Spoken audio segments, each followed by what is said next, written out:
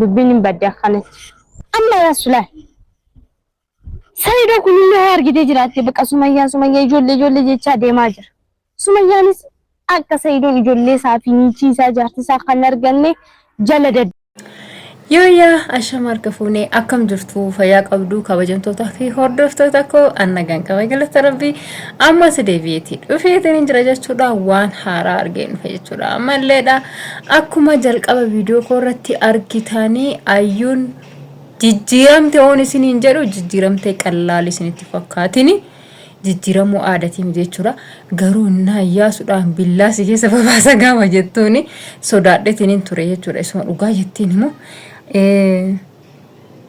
naman arge dhiifama isuma dhugaa jettiin immoo dhugaa maniitiin kun gaafa achitti ka'e keessa babaasti jedhee baay'ee tokko sodaadhee eegaa ture jechuudha garuu haaluma tasgabbiidhaan haasoftee wajjiniin waan haasa'aa haasoftee raawwattee xumurtee nagaatti jettee biraa deemte jechuudha kanaafuu jijjiiramuun aga kanaa hin jiru jechuudha argitanii jirtu jijjiiramuun aga kanaa hin jiru. Egaa Iyyaasuun immoo akkuma beekamu qoricha maalii akka inni kenneef hin beeku. Qorichi inni kenneef kun qoricha maaliiti? Qorichi kun silaa kan ishee tasgabbeessee qalbii isheetti horu wayiiti moo marfeenumti Iyyaasuun ishee waraansise kun maalidha? Sayidoo faana waliigalanii marfeenumti isaanii isii waraansisan kun maalidha kanan jedhu baay'ee tokko gaafii natti ta'ee jira jechuudha. Gaafii natti uumee jira. Isinoo maal jettu be? Qoricha maaliti qoricha isaan isii waraansisan kuni qoricha maaliti qoricha isaan kennaniif kun qoricha maaliti jettanii yaaddu. Ani garuu baay'ee na ajaa'ibeerasi tasgabbii godhachuufis na ajaa'ibee jira qoricha isaan kennaniif qoricha maaliti kanan jedhu baay'ee tokko gaafii natti ta'eetii jira jechuudha. So haa ta'u ta'ini malee Ayyuun tasgabbuuftee jirti wantoota jedhanii hundumaa tole jechaatee jechuudha kan ishiin jechaatee jirtu. Egaa akkuma beekamu Iyyaasuun Sayidoollee hin cinqini amma birrii jettee hin gaafatini gaafati amma birrii jettee gaafachuu dhiste innillee jaalalli isaa akkuma Sumayyaa fi ijoollee isaa jaallatutti si illee si jaallata waa hunda si guutaa jedheeti jechuudha kan inni ishee gorsaatii isheetti himaatii ture akkuma argitanii.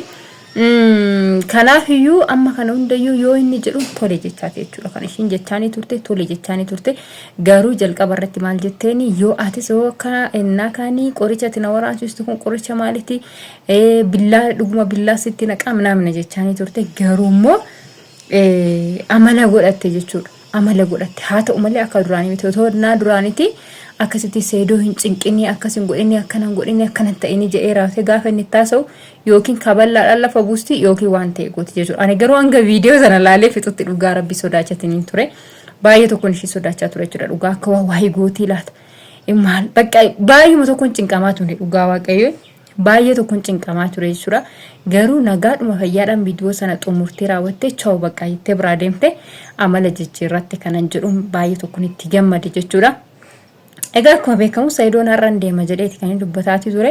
Hindaa'uun bakka tokkotti naan dhagumaan garuu viidiyoo isaanii keessatti Ayyuu wajjin deema jechuus hin dhageenye viidiyoo hin qalbifanne ta'ee hin beeku garuu jechuun dhageenye garuu immoo viidiyoo namoota garaagaraa irratti gaafa dhaga'u Sayidoon Ayyuu wajjin gara Yamanii deemee raawwatee ilaalamuudhaa fi mucaa isaallee kassaa jedha sanallee ilaalchisuudhaa fi kan jedhamu wayitiin dhaga'e jechuudha garuu akkuma beekamu Ayyuun asuma jirti kaayee Sayidoon deemuu isaallee beeksisee natti fakkaatuun argine so egaa Iyyaasuun immoo gara bakka ishiin jirtu dhaqee raawwatee akka Ayyuu wajjiniin haasa'ee isheellee tasgabbeessee qorichi sii kenne kun qorichuma si'iin si tasgabbeessu si'iin amala gaarii si taasisu manaamna jedheeni na fayyaa siif kennu nama najjeessas hin jedhini amala kana ofirraa balleessi tasgabbaa'ii gaafa sana Sayidoon illee si jaallata waan ati jettullee hunda si dhaga'a amma maallaqa jettee hin gaafatini jedheeti jechuudha kan inni itti dubbataati ture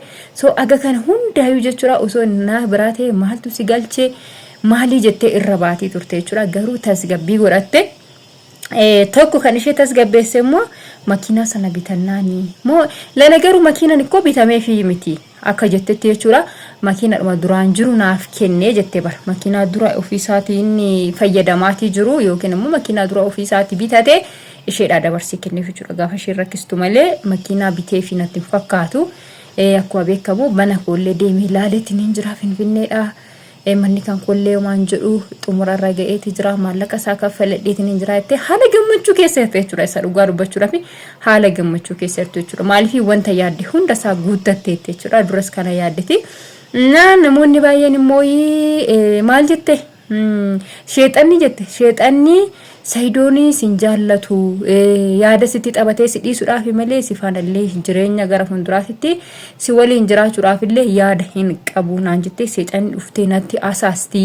Garummaan Saidoo kan koo osuma biyyeenyaa nyaattee osuma wanti fe'ee dhufe ani isa dhiisu jettee ani isa dhiisu waadaa ofii galee qaaliidha waan ta'eef ani isa dhiisu Saidoo kan koo dhiisee eessumayyuu deemuu hin danda'u. Garuu seexan akkana jettee natti asaasti.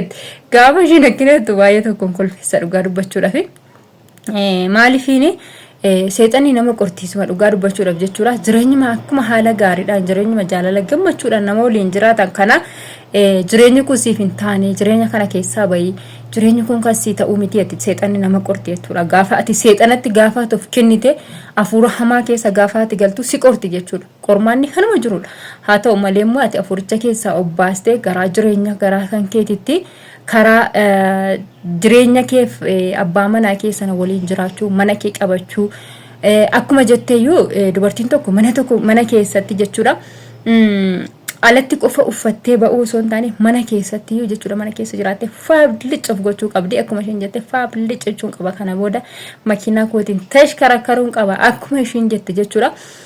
Dubartiin tidaarii godhatte tokko jechuudha. Kamiyyuu haa taatu haala seeraan haala innaa ala baatu qofa innaa namni argu qofa osoo hin taane abbaa manaa isheetiif caala jechuudha. Innaa ala baatu sana caala mana keessatti faawu gochuu qabdi jechuudha. Isa dhugaa dubbachuudhaaf gaafa sana abbaan manaa isheellee gara biraa hin ilaalu iji isaa gara biraan deemtu jechuudha. Garuu ati mana keessaa shiitiidhumaan waanuma argiteen borqoqqeessitee deemta taanaan garagaleetu yuusinaalu warra alarratti kuroffaa billiccee deemu sana jechuudha. Iji isaanii kan ilaalu. So jecha kanaaf ayyuu dhugaa nan deeggaraani jechuudha. Kana jechuufi Sumayyaan iyyuu jette bara Sumayyaan iyyuu Saidoon haadha manaa lammataa irratti yaadee fuudhuun isaa isheen daa'ima kan kooti jetti.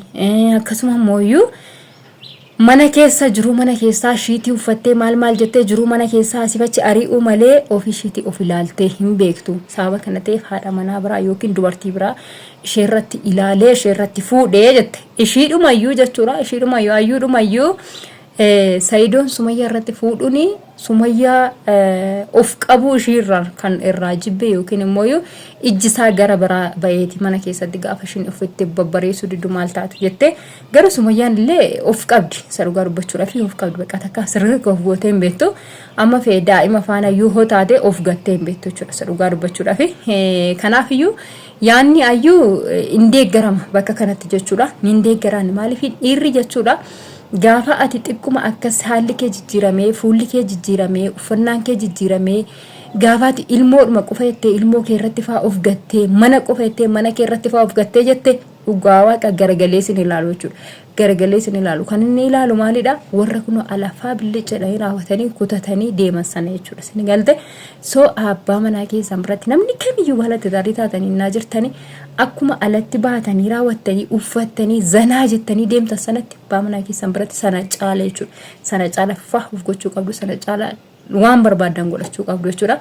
Meekaappii dibattuu taatan ala innaa baatan meekaappii dibattanii baattuu taatan mana keessa gizee jirtanis faandushiin gara bakka waan isin barbaachisuuf falla ittiin billichuuf gochuudha jechuudha. Galata waaqaan garuu meekaappii dibadheen beeku umurii kan kootetti jechuudha. Fuulli kan koollee naaf hin jaallatu. Gaafa meekaappii dibadhuu fuulli koo finnis natti yaa'ee maal la godhe akka malee na godha jechuudha. Hin jaalladhu. Kanaaf iyyuu garuu warri meekaappii na urfa baatan dibattan maal ofitti gootani innaa mana jirtanis abbaa manaa keessan biratti faablichuuf godha. Akkuma ayyuun jettee jechuudha. Duubatti hin deebiina abbaa manaa keessan qabachuu jabeeffachuu barbaannan akkasumatti. Akkuma innaa ala baatan isa ormaatiif jechuudha. Isa namni isin ilaaluuf miti kan isin obbabbareessitanii baatan innaa mana jirtanis isaafis obbabbareessaa jechuudha. Kan caaluyyuu kan abbaa manaa ofiiti. Obbareessuuni kan caaluyyuu kan abbaa manaa ofiiti. Akkasii ayyuutii jijjiiramuu kan keetiif hedduutu akkasii jaalladheetiin hin jira. Haaluma kanaan itti fufii. Jaalalli kan kee durumayyuu keessa kan koo bu'ee jira. Ittummoo itti naa caalaa jira. Koongiraagireeshisiin jedheen jira. Haaluma kanaan itti fufii. Amala keen jijjiirratini yoo jijjiirrattirree gara fooyyetti malee gara duubatti hin deebisisin jedha. Kanaaf iyyuu fayyaa naganaaf ta'a. Namoonni haaraan akka carraa gara chaanaala kanaa dhuftan subscribe gochuudhaan maatii keenya ta'a. Warri immoo subscribe na gootanii jirtan like share gochuudhaan na jajjabeessaa. Kana hunda waan gootaniif guddaa galatooma. Hanga waan biraa